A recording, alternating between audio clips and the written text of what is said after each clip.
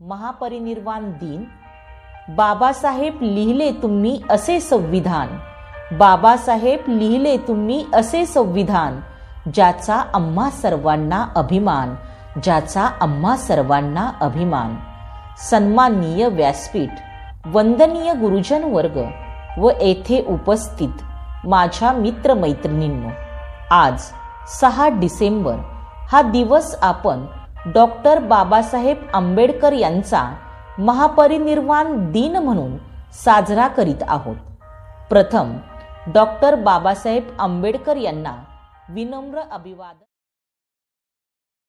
वृक्षाला तोडणारे महायोद्धा, अपेक्षिताच्या जीवनामध्ये अस्मितेच्या ज्योत पेटवणारा प्रकाश सूर्य, तसेच स्वतःच्या अलौकिक विद्वत्तेचा वापर समाजहितासाठी करणारा पहिला, बहुत जवळची प्रेरणा दिली आणि अस्पृश्य दलित लोकांविरुद्ध होणारा.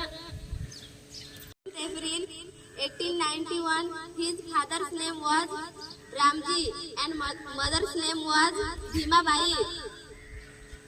He is called the architect of the Constitution of India. He is also called आदिवासीची पर्वाचे मूळ निवासी, आम्ही नाही रे वनवासी, या देशाचे मूळ निवासी. आदिवासीची संस्कृती सांगू कशाला, विसरू नका डॉक्टर आंबेडकराला. आदिवासीची संस्कृती सांगू कशाला, विसरू नका डॉक्टर आंबेडकराला. आरक्षण पाहिजे, घटना तुम्ही वाचलीच पाहिजे, जो तो म्हणतो आरक्षण पाहिजे, घटना तुम्ही वाचलीच पाहिजे. आरक्षण आता मिळणार नाही कुणाला, विसरू नका डॉक्टर आंबेडकराला. शिक्षण घेत होते त्या दिवसापासून तर ते कर्तृत्वान महान नेते झाले.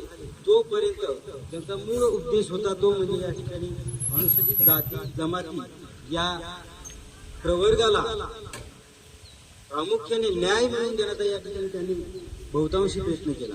आणि त्यासाठी राज्यघटनेमध्ये ज्यावेळेस राज्यघटनेची जबाबदारी बाबासाहेबांवर आली, त्यावेळेस मात्र त्यांनी आवर्जून या पिढ्याला पुढे असा कायदा देण्यासाठी त्या कायद्याच्या जोरावरच आपण आज या ठिकाणी सर्वत्र या ठिकाणी एकत्रित जमलो आहोत. आणि त्यांनी जर कायदा केला नसता तर आपण कोणत्या दलित आणि कोणत्या डोंगराच्या पलीकडे, कोणी दगडाच्या पलीकडे असतो किंवा नसतो याची आपण कल्पना सुद्धा करू शकत नाही. केवळ ते आपण समजून घेतले पाहिजे. नाही पुढे घेऊन जायचे